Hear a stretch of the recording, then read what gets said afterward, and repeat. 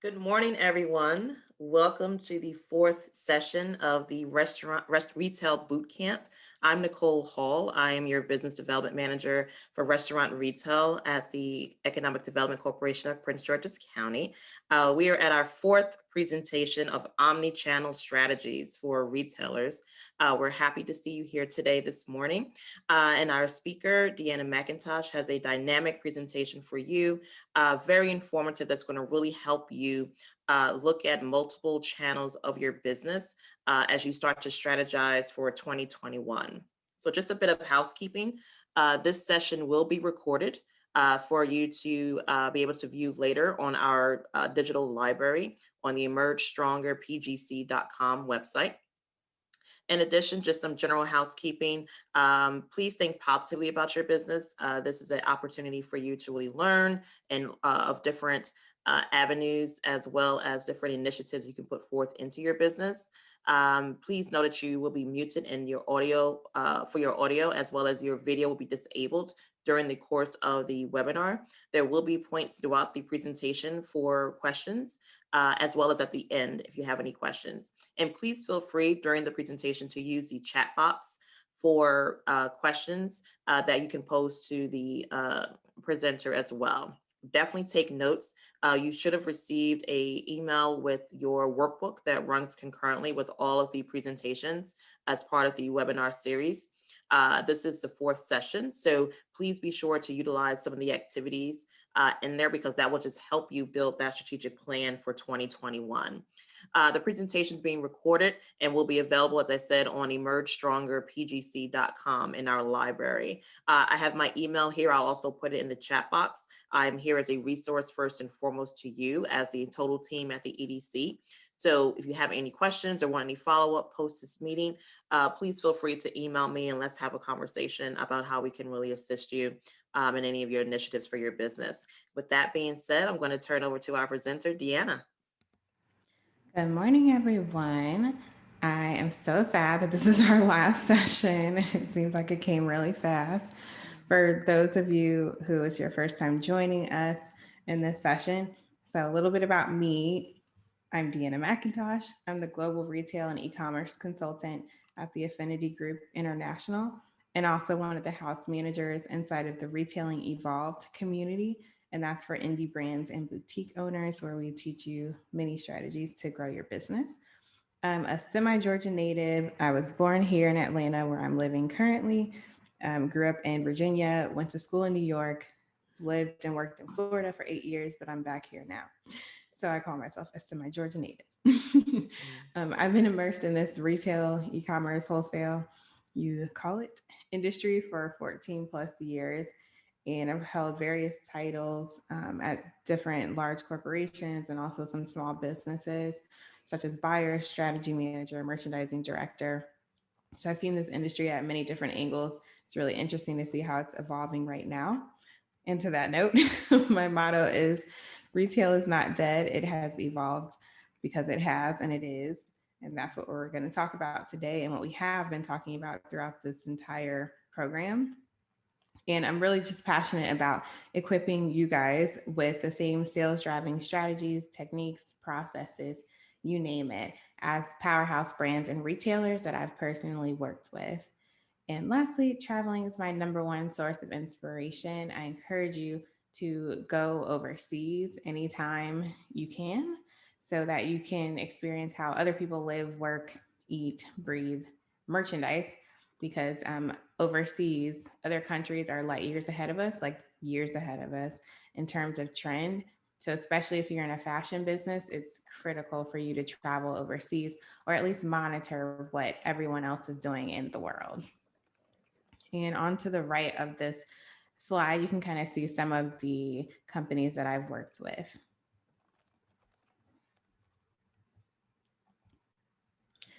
I, of course, have a quote for you.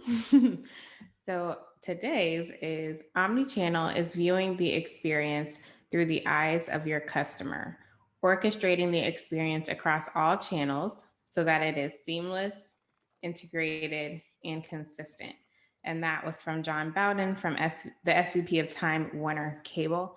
And this is perfect clearly we're talking about omni-channel strategy today, but there's always this, I guess, question or ambiguity about what omni-channel means, but it's literally this quote: you serve your customer in many different channels, but they should get that same consistent experience anytime and anywhere that they find you. Here are the topics we're going to cover today. The first is, what is omnichannel? So the actual definition and what the perspective is on it. And then we'll move into the realities of each channel. So e-commerce is often treated as the savior of retail, especially now throughout this pandemic, but is it really? We'll talk about that. Next is your sales channels. So what sales channels do you currently operate in, and which are you going to plan to operate in for the future? And then lastly, marketing non-negotiables. So things that you must have in place as far as your marketing strategy to compete and to thrive right now. All right. So what is omni-channel? This definition is from Shopify, probably your favorite tool. It means all channels, literally, omni, all channels. And it revolves around your customer and creates a single customer experience across your brand by unifying sales and marketing that accounts for the spillover between channels. So, again, if I come to your website, your social media, if I see you in person, if I see you at a trade show, I should get the same exact experience no matter who I'm talking to, no matter how you're presenting your product. I should be able to recognize that it's your brand.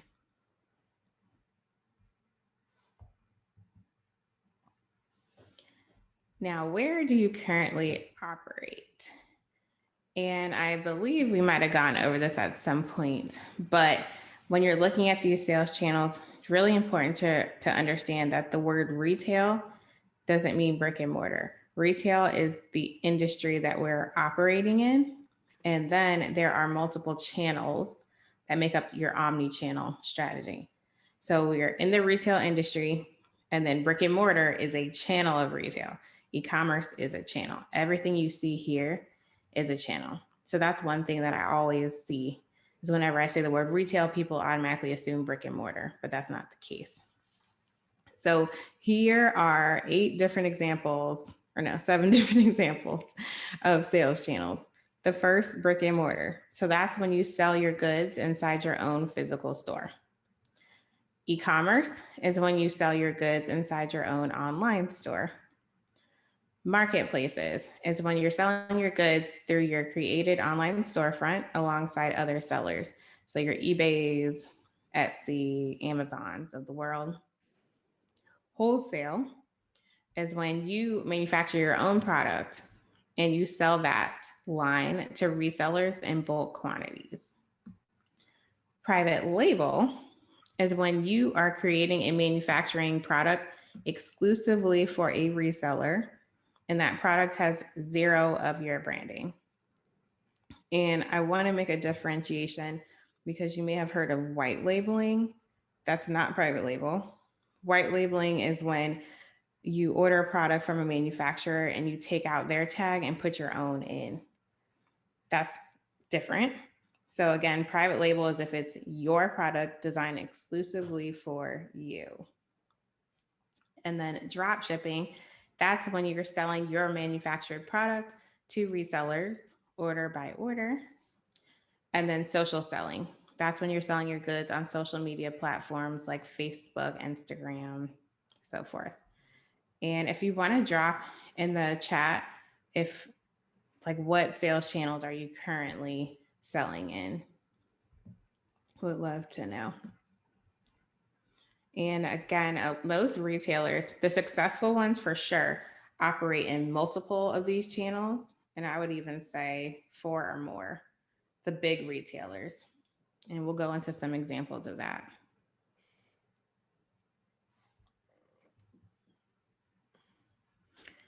Now we're going to dig into every single channel and the realities of them, the pros and the cons. So you can really get a good idea and understanding of them to see which you should choose to execute go forward in your strategy. So the first, my favorite myth to expel is e-commerce. As you know, it's fairly easy, fairly, to set up, get some products and set up an e-commerce website. And people always like make it out to be like the savior of retail and e-commerce is taking over the world. Amazon's taking over the world. But that's actually not the case. Yes, it's growing, as you'll see in a second, but it by no means is taking over the world. So, the realities of e commerce, and just to remind you, so e commerce is when you're selling your goods inside your own online store. So, it could be you're buying at wholesale, so it's not technically your manufactured product, or if you have your own brand, you are, or a combination of the two. So, I want to draw attention to the reality of e commerce, especially right now during the pandemic. Obviously, when this first started, brick and mortar stores, the majority of them had to close, if not all of them, right? So you would expect that e-commerce sales would have exploded immediately and doubled, maybe even tripled. Didn't happen. If you look at this chart below, December 2019, we weren't in the pandemic at that point. E-commerce sales were almost 17% of total retail sales. So pandemic hit around March-ish. April, we're in the height of it. Stores are closed, brick and mortar is closed, right? E-commerce only got up to 21%. It didn't double, not even close. So I wonder why that is, right? So the online sales, they did rise sharply, right? But the channel did not dominate. Most sales during the peak of that lockdown, so probably in April, were still made at the physical stores that remained open.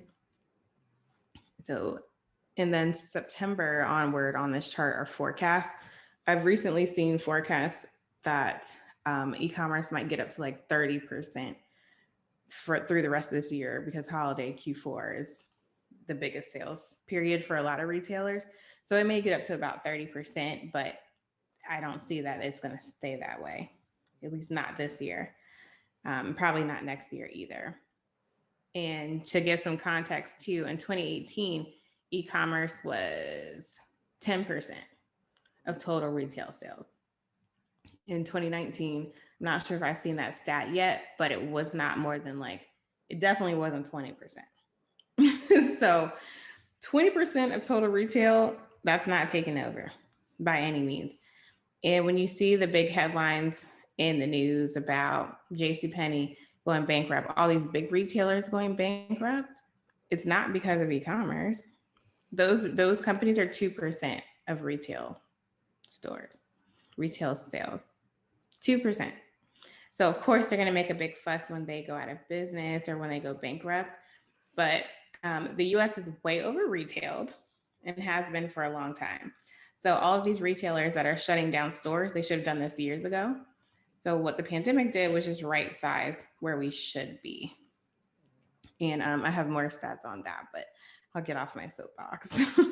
The moral of the story is e-commerce isn't taking over the world. It's growing. It's a necessary channel that you do need to have. You absolutely need to have an e-commerce website, but don't think of it as an end all be all. Think of it again as just a sales channel, another stream of revenue in your business. And just to keep going on that point, the highest growth rates over the past few months have come from multi-channel retailers or omni-channel retailers, not from pure online retailers. In the US, many traditional retailers have been very innovative in using their stores to offer services like curbside pickup. I'm sure you've seen that, experienced that throughout this time. Buy online, pickup in store, nothing new. That's been around for a long time. And actually, now with Shopify stores, I think back in, I want to say April, May ish, sometime this summer, Shopify released a feature to let anyone who has a Shopify site have buy online, pickup in store as an option. That is critical. You have to have that. So if you have a store in an online website. So that's just really interesting. Again, it's not these online only retailers that are dominating. It's the retailers who have multiple streams of income, because when their brick and mortar stores shut down, they were able to pivot that business somewhere else.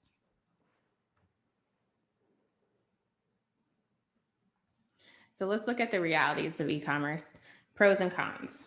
Pros: lower upfront startup cost, right? So you don't have the overhead of a physical space. You probably don't have the staffing costs. There's definitely cost savings. And you have the ability to reach customers all around the world. You can generate income 24/7 because your website never closes. It's easy to retarget and market to customers. If you have an e-commerce site, you absolutely should have retargeting pixels on your site. Meaning, if you have a Facebook business account or a Google business account, you're able to get a pixel. So just search pixel whenever you go into that next time. And you put that pixel on your website so that every time somebody comes to your site, you're tracking them. Mm. So I'm sure you've seen it. It seems stalkerish if you go and click something on a website and then you look at your phone 2 seconds later and that same thing is right there. And then it's on your laptop on some random website. That's retargeting. E-commerce allows you to do that. You get direct access to your customer data because they're literally putting in their emails and putting in their order details, and you own that. And then there's an ability to offer an almost unlimited number of items. You're not limited by a store, physical store with only a certain amount of square footage. You can literally put as many items on there as you want. And then you can handle large amounts of traffic. 20,000 people can come to your site today, and hopefully your site won't crash. But if 20,000 people try to walk into your brick and mortar store, yeah, that's not going to work, right? Mhm.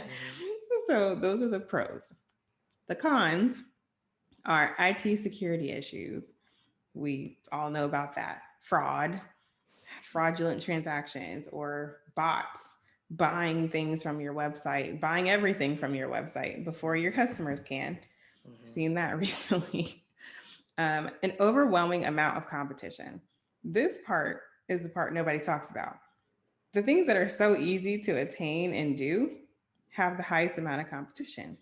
There are billions and gazillions of websites out there that you're competing with. So, to that note, you think you're saving so much money by just starting an e commerce site versus a brick and mortar. But what people never take into account is the high marketing costs. You have to pay to market your site. I spoke with somebody yesterday and she told me she spends $5 a day on Facebook ads and she can't figure out why she's not getting traffic. I'm like, because that's like $0. Like, you got to invest. It's an investment, right? SEO, search engine optimization, so that if I Google green textured sweater cotton, your site pops up. That's important. And it takes time to establish that. So the marketing aspect of e-commerce is something that is always overlooked. And lower gross margins for e-commerce. You have to remember about shipping. The most expensive part about shipping is that last mile, is what we call it, to the customer. So that's literally from its last point with you to the customer. When you have a brick and mortar store, they've eliminated that part because they physically came to see you. But in e-commerce, it's still there. And you can have your customer pay for shipping if you really want to, but customers are adjusted to free shipping at this point. It's like expected. So you need to build that into your numbers either way. So when you take into account the high marketing costs, that impacts the amount of profit that you can make on your products. And when you look at the lower conversion rates, this is another one that is often overlooked. I bet you probably don't know what the average conversion rate is for an e commerce website, a retail one, but I'm going to shock you. It's 3%. 3%. So for every 100 customers that come to your website, three of them buy something from you. So now that makes more sense why your $5, the $5 a day that this entrepreneur is spending is getting her nowhere. Because out of those five people that come to the site, maybe there's like 100. If three of them maybe buy, that's not going to get you as far. That's the part that people do not talk about. And so when you look at that 3% conversion rate and how much money you have to spend just to get to that 3%, it's not as sustainable as you might think. A Mhm. prime example, Wayfair. They are the number one online home decor retailer. And I saw an article last year, right before they went public, they weren't profitable. And actually, after they went public, I think they weren't profitable. They may be profitable now. I should have looked it up. I forgot. But they weren't profitable. And you can find the article. It specifically says because of the high customer acquisition costs, it's like unsustainable for them to continue running the way they're running. So they have started opening up stores, and I know they did like a pop up concept store or something like that. But that is why Amazon, what are they doing constantly? Acquiring physical property. Mhm. So is literally every major online only retailer is acquiring physical stores. That's a part of their growth strategy, and that's why. So just really, really think about that part. And to compare conversion rates of e-commerce at 3% to stores. So the average store conversion rate is 20%. Now, for boutiques, and I think that 20% is largely influenced by the big department stores. But in boutiques, that rate, we think, the retail consultants of the world think that number should be more like 70% conversion if you're doing a great job and really creating those relationships with your customer. So numbers don't lie. 3% of your customers buy versus 70%, even 20% if you take the lowest number. You can see why you make more money with brick and mortar. You can make more money. And so, more cons with e commerce is less sustainable packaging or less sustainability in general. So, when you're thinking about packaging and its impact on the environment, high shipping costs. Prime example is Amazon. No pun intended. Prime example. When you shop on Amazon, and you are just so concerned about getting your products as quickly as you can, you're giving that option of them to ship you five different boxes in one order. That is not sustainable because everybody's doing that, right? When we could have just been a little bit more patient and maybe just waited another, I don't know, 3 days, 4 days to get one box versus five. And then in all those five boxes come a bunch of plastic, bubble wrap. It adds up. There's a reason why there's so many Amazon commercials now about their sustainability efforts, and I think they're trying to go carbon neutral by 2025 or something like that. There's a lot of like they're pushing that message hard. This is why. And then lastly, another con is the returns and exchange process. Things that contribute to your lower margins are when customers, everybody does this, they go online, they're looking for like a clothing item, is where it's common. And you're not sure what size you are, even though they have size charts. So you get two items. You get like a small and a medium. And then you see which one fits and you ship back the small. That adds up really quickly versus and it's a hassle. It can be a hassle for you to get your stuff and now you got to ship it back and you got to go to the post office. So that whole process is another con for e-commerce.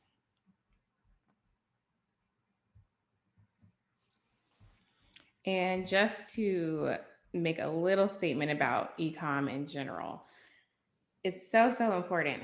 So a lot of brands, when they start, again, since it's so easy to just get a couple products and just put it on the site, I see so many people they just buy a couple things and they're testing it out. That's not really how this works. You either look like you're in business or you don't. And you really have to make sure that your site screams a brand. And so by that, they should feel and understand who you're selling to. One, I should know. I should land on your site and immediately know who you serve, who's your target customer, what you sell, like the lifestyle of this person. I should feel something. It shouldn't just be a page with products on it. And I really want you to think about your website in terms of a brick and mortar store. And what I mean is the same experience that you have when you go into a brick and mortar store, I should have that same experience on your site. And this is what I mean. When you walk into a store, so think about the last time you walked into a store. Hopefully you can remember. But when you walk in, really even before you walk in, what do you see? Most likely you see windows. And those windows evoke some type of emotion from you to get you to even come in the first place. So, what did you do to get this customer to come to your website in the first place? Was it an ad? Was it your Instagram? So, what are you doing to start building that attraction to your brand? And then, once they see your brand, once they land in your store, they come in, what is that first message that they see? In a physical store, it could be a sign or something of that nature. Maybe, what are we in? We're in fall. So maybe it's fall cozies or something like that. And you have a whole cozy story. I should see that same message when I come to your site. Like there should be some type of story that you're telling. So think of when you first land on your site, that top section, we call it above the fold. There's many things to call it. That carousel, a lot of times it's like a moving image, a carousel. That section, that is your call to action and should tell your customer immediately why they're here, what you're about, and what's new. So, next, once you step into a physical store, what do? You look around to see what they have. So, your store layout, I should be able to do the same thing on your website. So, that is your navigation. So, do you have women's? Do you have men's? Do you have unisex? Do you have home? Like, what do you sell? I should be able to see that. And I should also be able to see every single product that you sell. So, a shop all button of some sort. That's so important. I saw someone the other day who didn't have that, and they were selling body products. So, I literally had to go into skincare to see what that was. And then, beauty, and then look at all those products. I couldn't see just a whole feed of everything that she has. That's a huge, huge miss. So, make sure you have a shop all button. And so next, after you've walked into a physical store, you looked around, you see what they carry. By that point, really before that point, somebody should have already come up to you and said, "Hello, how are you doing? How can I help you?" Or something of that nature. Are you doing that on your website? Are you welcoming the customer? Is there some type of pop up? Not just to ask me for my email, because you don't really care about how I'm doing. You don't care about me as a person. You just want my email. But how are you actually welcoming me Mhm. to your site? Is there a pop up that says welcome, or your chat? Is there your chat pops up and says, "Hi, welcome. So glad you're here. I'm here to help you as you browse," and give them something, some type of warmth as much as you can. So that's your "How can I help you?" live chat.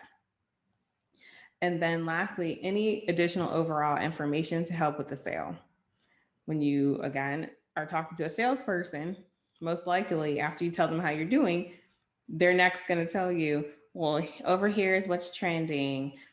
Here's, the sales sections in the back. We have these brand new sweaters that are really great for fall." So how are you doing that on your site? It definitely should be on that top first area that we see when we land on your page. But did you make collections? That's another big one. I shouldn't just see on your navigation women's tops, blouses, pants. I should see cozy sweaters. Mm. I should see actual curated collections that you have on the site to help guide the experience. So that story, if cozy is a story, I should see that everywhere that your brand is. I should see it in your email campaigns, on your social media. When I land on your site, it should be one of the first things I see. I should see it as a collection. So it's just really important that you are thoughtful about what you're doing. because people can see immediately. Mhm. Like as soon as I land on your site, I know if this is a serious business for you or if this is just a hobby or you're testing the waters. But remember, like we said, e-commerce is ridiculously competitive. You can't afford to play or like to test the waters. And you have to either be all in or you're not. So just be really thoughtful about what you're doing and how you're moving forward. Brick and mortar. So that again is selling your goods or others' goods inside your own physical store. Some pros.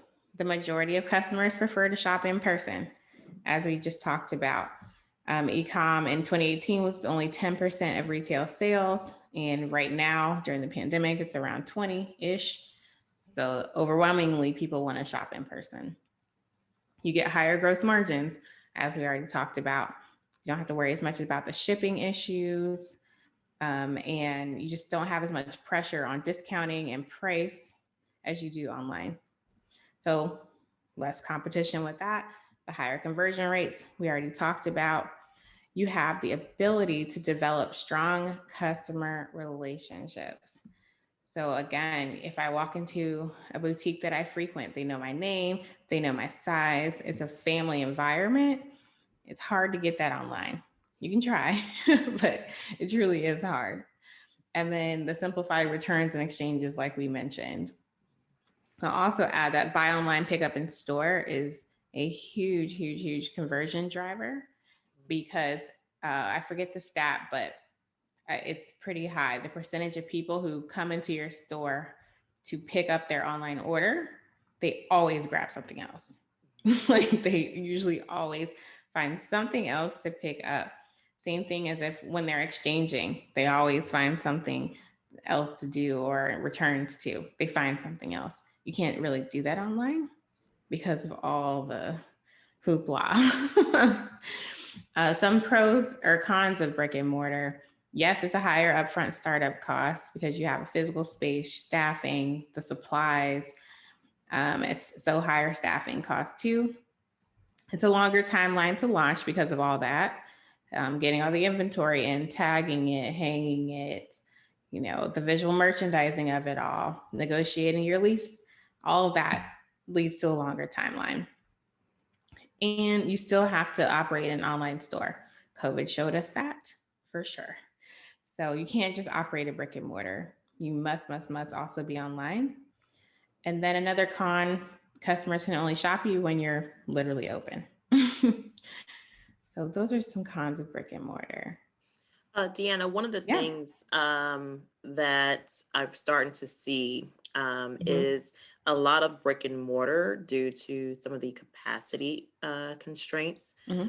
are using some of their floor space or their brick and mortar space to be distribution centers Mm-hmm. for e-commerce. So especially Yes. if they're standing it up.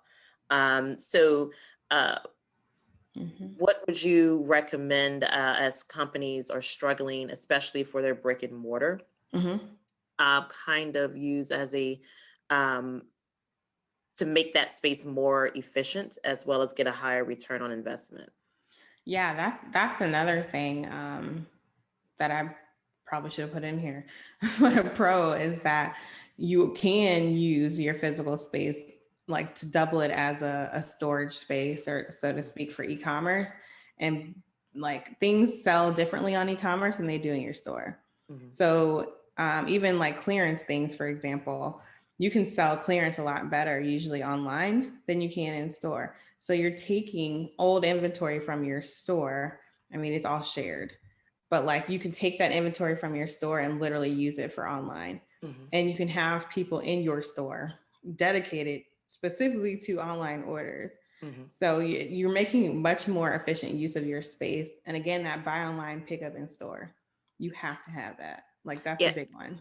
yeah, and I use that a lot Yeah, me too. because especially even for the stores that I shop often, Mm-hmm. because it's another option to you provide free online orders. So Yeah. you can either you can do a free delivery to store for in-store pickup. Mm-hmm. So that's another Exactly. great feature that you can use, Yeah. especially for folks who are not sure about a size Hmm. or, something new. It Yes. is a great option to offer that free e-commerce transaction. Yeah, and really when traffic is slower in your store, you can look at it as like a showroom for online. Hmm. There's all these live stream is the next, I guess, level of engagement for e-commerce. I've been saying that like for Hmm. months. So now Amazon has live stream options. Not sure about for other people, but for themselves, they definitely do. Instagram does. There's live stream shopping apps that are popping up. So literally being in your store, using it as your backdrop. I mean, e-commerce people would love to have that. So Yeah. Yeah. yeah. I've seen a couple of live stream flash sales. So Yeah. Hmm.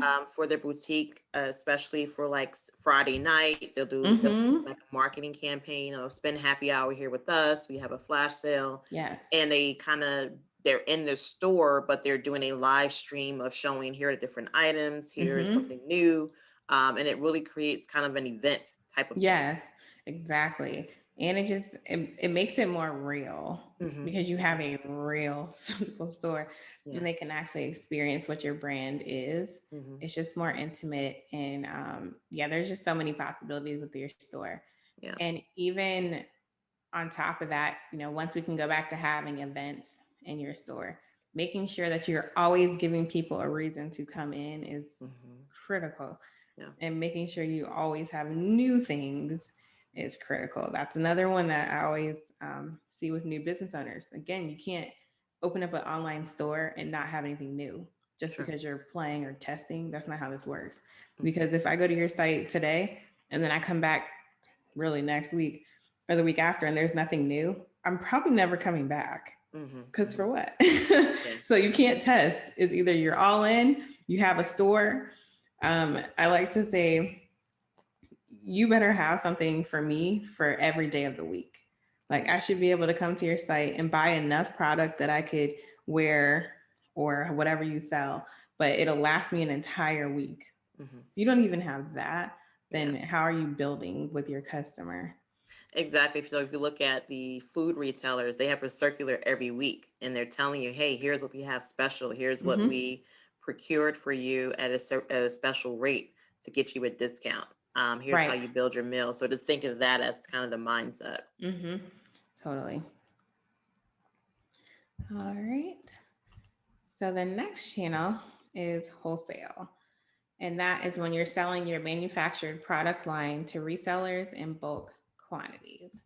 The Hmm. pros is that scaling is faster because of the increased units per order, which you control what the minimum order size is for each product. The customers do a lot of marketing for you because obviously they want to sell your product just as much as you do. So that's always great. It's another way to expand internationally and get your product into stores all around the world. And then getting into a major retailer can explode your business in a good way, but Hmm. it can also explode in a bad way, which we'll get to that. Cons of wholesale is because you have those larger units per order, you're going to need a high amount of capital to maintain that production and the overhead of being in wholesale because you're going to need more space to store your goods. Retailer payment terms requires an expert management of cash flow. Super important. And by that meaning, retailers expect payment terms. So they expect that they can do 30-day payment terms or net 30, it's also called. And that means that I'm going to place an order today, but I have 30 days to pay you back. Hmm. And the bigger retailers expect 60-day payment terms, even 90-day payment terms. So they have 3 months to pay you for your order. So you must have your financials in order if you plan to wholesale. Hmm. And then the logistics and fulfillment expenses, like we talked about, are pretty hefty because of the amount of orders that you're dealing with at this point and the size of the orders. And if you're importing from overseas, that's a whole other thing. And lastly, working with major retailers requires cost concessions. A lot of working with big retailers is not known unless you've done it before. It's not like readily available out there. Can't Google that. And by that, big retailers not only expect these payment terms, so like I said, 60 days for me to pay you or 90 days for me to pay you, they also expect a discount on the products. So if everybody else is getting, 5 to 10% discounts, a big retailer wants 15 or 20 and so forth. A lot of them will ask for marketing expense or to share in their marketing expense. So that comes out of your pocket. They off a lot of times want to ask for markdown money. If something doesn't sell, you're either taking that product back at your expense, or they're going to make you pay them for that. So if the product was $10 and I had to mark it down to $7, you're paying me that $3 difference for every single product. So there's many more examples. So the moral of the story is it can explode your business and really help you grow, but it can also bankrupt you if you are Mhm, not smart about it and you don't know what you're agreeing to.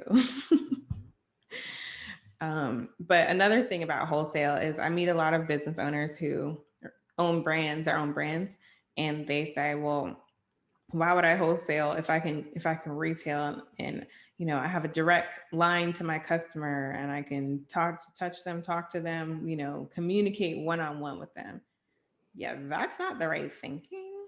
Again, retail and growing and scaling is about multiple channels, being mhm, omni channel.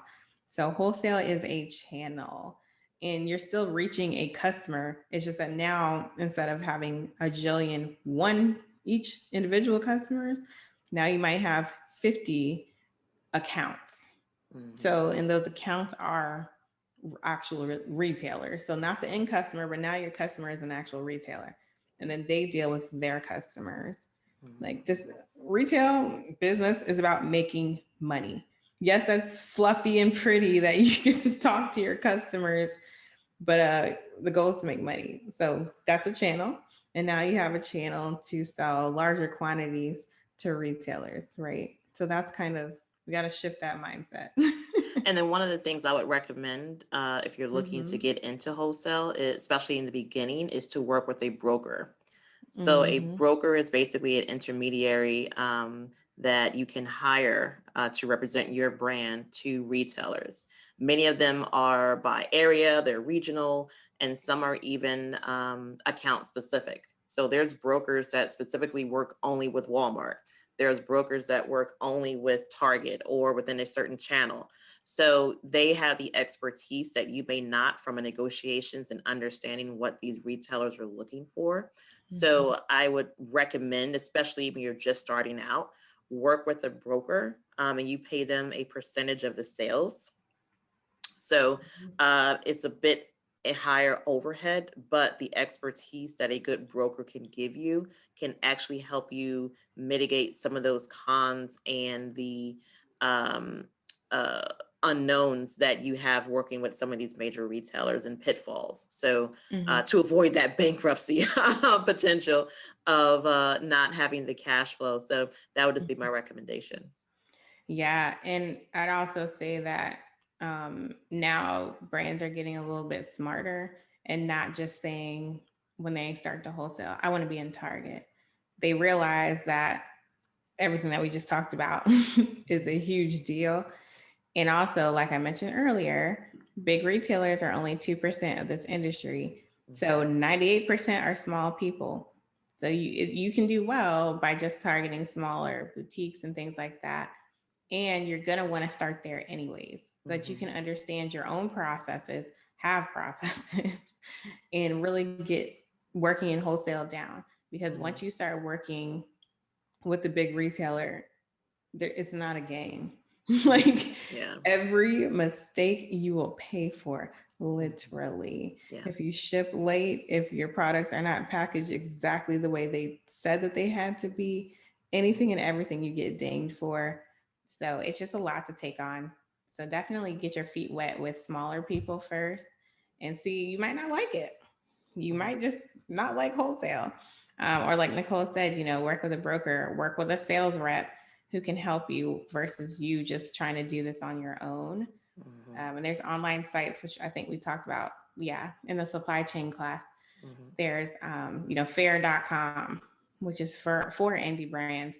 So you can start to wholesale online before maybe you decide to invest in a trade show. So start small, get your feet wet, and then move on to try to target the big guys. Marketplaces. So, like the Etsy's, the Amazons of the world. And that's when you're selling your goods through your created online storefront alongside other sellers. Pros are it's fairly easy to set up on these sites, and that's an additional stream of income to your business almost immediately. You quickly gain access to international customers. You can be discovered by customers, so you get to increase that visibility. And you don't have to worry about customer service in most of the cases. The marketplace handles it, and you don't have to worry about IT and security. Cons, you have to pay a commission to the marketplace owner, but honestly, that's the cost of doing business. It's a marketing expense. You don't have direct access to your customer data because they're not really your customers. They belong to whatever marketplace you're selling on. You're not building brand recognition necessarily because if I go to Amazon, I just happen to see your brand, okay. But I'm probably may not be going to Amazon to find you. Versus if I'm coming to your own website, it's because I know you and I want to buy from you. And then competition can be really high if there's no limitations to the amount of vendors who can sell the same products. So if you're selling a shoe and there's 20 other people selling the shoe, what are you doing? Now you're competing on price. And that's again, that online price wars, why the gross margins are lower because you're competing against all these other people for price.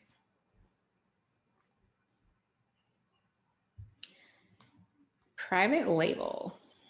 And that is when you are creating and manufacturing your product exclusively for a reseller with the product having zero of your branding.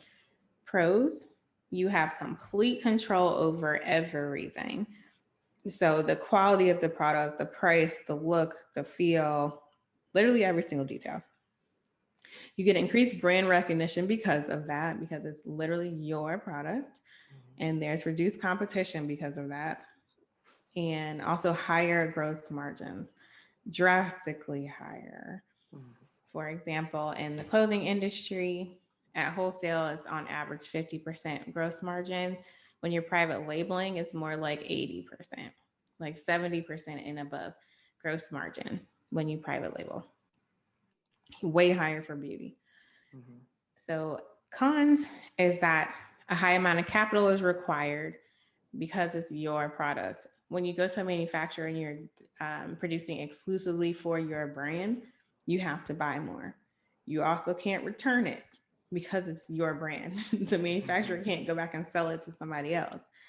You can't do that. So there's higher inventory risk when things don't sell. And then there's long launch timelines because you control every aspect of that product from the initial sketch or concept, all the way until it lands in your stores or in your customer stores. So timelines for private label products can be anywhere, depending on how fast you work, but on average, like 6 months to a year, at least for fashion, sometimes even longer. But something else, I believe we talked about this in the supply chain class as well, is that with private label, if you have your own store, you should absolutely have some type of private label in your assortment. And that really can get accomplished quickly using a small business. So don't just think about going to a trade show and finding a manufacturer to produce for you because you're going to have to buy hundreds of units per style versus if you go to a small business and they can make a custom candle scent for you and put your branding on it, for example. So there's many ways to get into private label versus starting off with hundreds of thousands of units. Drop shipping, one of my favorite topics. This is when you're selling your manufactured product to resellers, order by order. Or if you have a store, it's when somebody places an order on your site and you never touch, see, feel the inventory. The manufacturer just ships it straight to your customers. The pros are that it's a low initial investment because, again, you're not actually buying inventory. And then it's a great way to add additional revenue to an existing e commerce website. The cons are that it's a low profit margin because you don't touch the inventory, you don't see it. So that means the vendor is taking on all that expense of shipping, packing, storing it all. So you don't make as much money. And Mhm. then it's not a long term business model. And this is why I say this. So, as a retailer, you are in the product business. You need products to make money. I don't see that you can have a long term business model based on drop shipping because you cannot have long term success when your sole source of income, you don't even own. Does that make sense? So if you don't touch, feel, you have no control over your bread and butter, that is not going to work out in the long run. And you're not going to you can't build a brand that way, a true brand, because as a customer, some manufacturers, they may say that they'll put your marketing material in the box when they ship it, but like the box doesn't have your branding on it. When things go wrong, it's your fault. It doesn't matter if the manufacturer shipped them the wrong thing. The customer doesn't know that. It's your fault. If the quality is terrible of the products, it's your fault. So you just have to think of drop shipping as a method to drive additional revenue. It can also be a method to test new products. For example, all big retailers, they drop ship a lot of the new vendors that they want to bring in to test them out on their website to see how they sell. And then once they see that it performs, then they'll buy into it. Then they'll invest the money to buy these products at wholesale. So just don't think of it as the end all be all or build 100% of your store using drop shipping. The other thing is, most people can tell immediately when you're drop shipping something because there's always, usually it starts with the pictures. I can immediately tell, but just by the pictures, if you're drop shipping or by looking at your website, if the product mix is just off or just all over the place and doesn't make sense, I can tell. So if you want to build a brand, you have to have control over that brand. You have to have consistency over every element of it. And you just can't accomplish that with drop shipping. All right. And also the high competition. Again, anything that comes easy has high competition. The reason why so many people drop ship is because it's so easy to get into. But you just, so the money you're not spending on inventory, you're going to spend on marketing because you're selling the same products as zillions of other people. So you think you're saving money because you're not paying for inventory, but trust me, those costs are going elsewhere Mhm. because you have literally the same exact cost as somebody who's not drop shipping, just not the inventory part. And you're already making less profit margin because of that. So just again, I'd rather you think about it as an additional way to make money. So as an additional stream of income on your website, not the end all be all. Social selling. And that's when you're selling your goods on social media platforms. The pros are that you're doubling both as sales and marketing, as we talked about with live stream selling, for example. The customer gets to see you, feel you, see your products, and have that emotional connection. So that's marketing, but you're also actually selling because they're going to buy. And then, so again, creating that personal connection and it drives traffic back to your website for them to purchase. The cons are the time investment in planning and executing your content marketing strategy. That's a big one. Again, everything you should do should be consistent and intentional, every single thing you do. So when you're selling on social, what is the plan? Where does this fit into your grand scheme of marketing?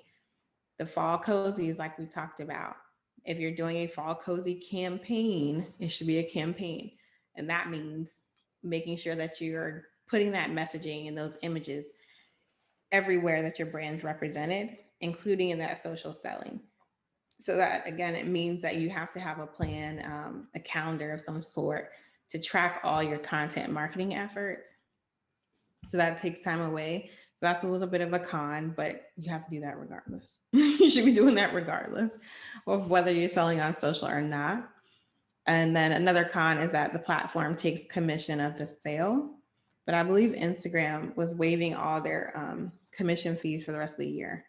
Mhm. So I don't know if that changed, but I believe that's what's happening with them right now. So social selling is fairly new, but it's absolutely necessary. If you're on Instagram and you have a store, you should be I should be able to come there and click and buy straight from your Instagram. It's fairly easy to set up. Here's an example of a brand and what their retail sales channels look like. So this is Calvin Klein. They have brick and mortar stores, as you can see in the top left. They have not only like full price stores in malls and shopping centers, but they also have outlet stores. They're on marketplaces, as you can see, they're on Amazon. They have their own e-com website. They're a private label company. They only sell their brand. They also wholesale, so you can find them in Macy's. And they sell on their Instagram or their social media channels. I don't believe they drop ship, but we wouldn't necessarily know that just from first glance. So they're in 6 different sales channels. An example of a retailer and how many channels they're in. This is a small retailer. They're online only, called Black and Green. They're actually one of my clients, and they have an e-commerce website, as you see. They have private label, so this tote bag is theirs. They got the artwork done, all of that. And so they also sell on social, so you can buy straight from their Instagram. So they're in 3 different channels. So once you get back and you just kind of digest all this information and you look in your workbook, you'll see that there's a place to put where you currently operate and the sales channels that you would like to operate in the future. So kind of take all this information and look at your business structure and see what the next steps should be for you. And we're at a Q&A break, but since we're at the end, because we're running out of time, just drop them in the comments. And just want to mention that the baseline options that I think you should have. So the first column is if you're a boutique owner and you're buying wholesale and or private label. These are the 4 channels that I think at the very least that you should be in. So if you have a brick and mortar, great. But brick and mortar, e-com, private label, social selling, you absolutely should be in all 4 of those channels if possible. And then if you make your own products, you should definitely have your own e-commerce website. You should be looking at wholesale, and then you should be doing drop shipping and social selling. And with drop shipping, as a small business owner, you can drop ship on other small business owners' websites. That's what I mean by that. I think that that's a great way for you to grow. And we touched a little bit about services and delivery methods, but think about not only sales channels, but services. So when your products aren't selling, you can always go back to services, right? And services have a higher gross margin. You can get up to like a 90% gross margin from doing services. So examples are subscriptions. So think about subscription boxes. If you sell beauty products, letting people sign up for a subscription. Like go to MAC Cosmetics and look at what they do. You can get your foundations on subscription. Gifting, really big for the holidays, a great way to make extra money. Space rental, once you're comfortable with COVID, you can rent out your space for events and different things like that. Workshops, bringing your customers in. Remember, they should always have a reason to come see you. And then customizations to your products, or personalization like embroidery, things like that. And then delivery methods. So important that you think about that. So curbside pickup, buy online, pickup in store, expedited shipping, same day delivery. Think about that. And someone asked, what do you think is the best channel? Um, and then also, would you consider flea market or trade shows a good channel? So I can't say what the best channel is. Like, it all depends on what your business is, who your customer is, and what you're trying to accomplish. Mhm. So that, I can't really answer that unless I know those specifics. But trade shows is a part of wholesale. So trade shows aren't really a channel; it's just a way to get to your wholesale goals. It's something that is necessary. So yeah, if you plan to wholesale, I do recommend to look at trade shows as an option. But flea markets, I'm guessing you're thinking like in-person events. I think that's good when you're first starting out to test your market. And even when you're more established in business, if you want to test out new products, I think that's a great Mhm. way to do so. I think it's great also for flea markets when you have private label because it Yeah. helps you market your brand. Mm-hmm. I've gone to a ton of like, especially like festivals Right. and Yep. different when we can have festivals again, right? Yeah. Um, those are a great way to promote your brand strategy. So I've done Yeah. festivals where they have like candle makers, or Mm-hmm. especially when you have more craftsman items, work well Right. for flea markets. Exactly. Exactly. It's a great way to start off and test and get to know your local customers for sure. Mhm. And I believe this is the last slide. So, ways to engage with your customers, marketing non negotiables. Every channel that doesn't have an asterisk is a non negotiable. So, 5 out of the 7. First is email marketing. Klaviyo is a great platform for email marketing. They also enable you to do text message marketing, which is Mhm. another big one that's rapidly gaining popularity. Mhm. Social media, super important. That's a non negotiable. Live chat on your website, like we talked about earlier, must have. Slack, or an internal employee communication tool. It's optional because if you don't have employees, you don't need to communicate with yourself. But if you do have employees, you need to have some type of formal communication. Um, Email is great, but Slack is way better because you can actually keep those conversations by topic Mhm. with everyone and have a rolling record. Video is non-negotiable, and that's using video ads, video marketing, talking to your customers, going live, things like that. Customer service platform, also non-negotiable. So Fresh Desk has free options, so it's not an additional cost to you depending on what you want to do. Zendesk, and there's, I know Shopify has their own plugins for customer service, I believe. So having a formal way to track your customer service is important because that will tank your business if not. If you're not staying on top of your inquiries and really responding in a timely manner, customers will call you out in many places. Mhm. Mhm. And lastly, text message marketing. That's a new emerging thing, and I'm sure you've seen it on retailer sites that you love. But text message marketing is way more effective than email marketing. Mhm.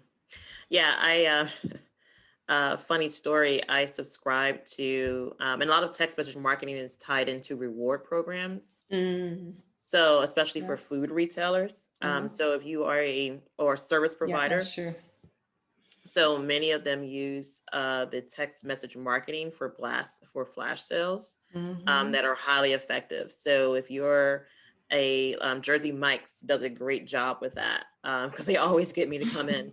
Um, Right. so they'll have a text message saying today, come in for a free chip with your sub purchase, Uh, or please be sure to check out our new soups.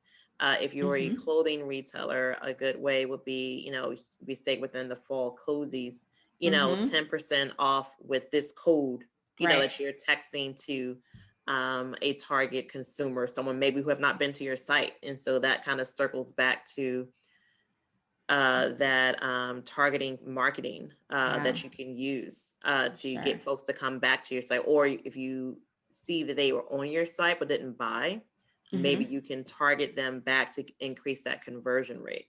Right. Exactly. Exactly. So definitely check out text message marketing. Mhm. And time for Q&A. I know we had questions throughout, so One question was, um, are there specific industries that work well for certain target products? So depending on what your product mix is, say if it's more so for clothing retail or bath and body products, are there certain channels that work better for in specific products? mm, no, I don't know. Not really. I mean, only thing I would say is like products that are have more restrictions. Hmm. So like or are like bulky and big and not easy to maneuver, then those are different. For example, like refrigerators. Yeah, like nobody's gonna open up a brick and mortar store full of refrigerators. So things like that are more specific tend to lend itself more like B2B Hmm. wholesale. Hmm. Hmm. But yeah, other than that, no, not that I can think of. Yeah, no, I don't think so. Another question came in. What are the fees that you mentioned that are associated with social selling? They just take a percentage of your sales. So I'm not sure what the fee is for Instagram. Yeah, I'm not even sure what it is, but all I saw was that it was free. But it's just a nominal fee, Hmm. like a percentage, probably like less than 10% of the sales that you make through Instagram Live, for Hmm. example. Yeah, they're not high. Okay. Hmm. I'm just looking to see here. Okay.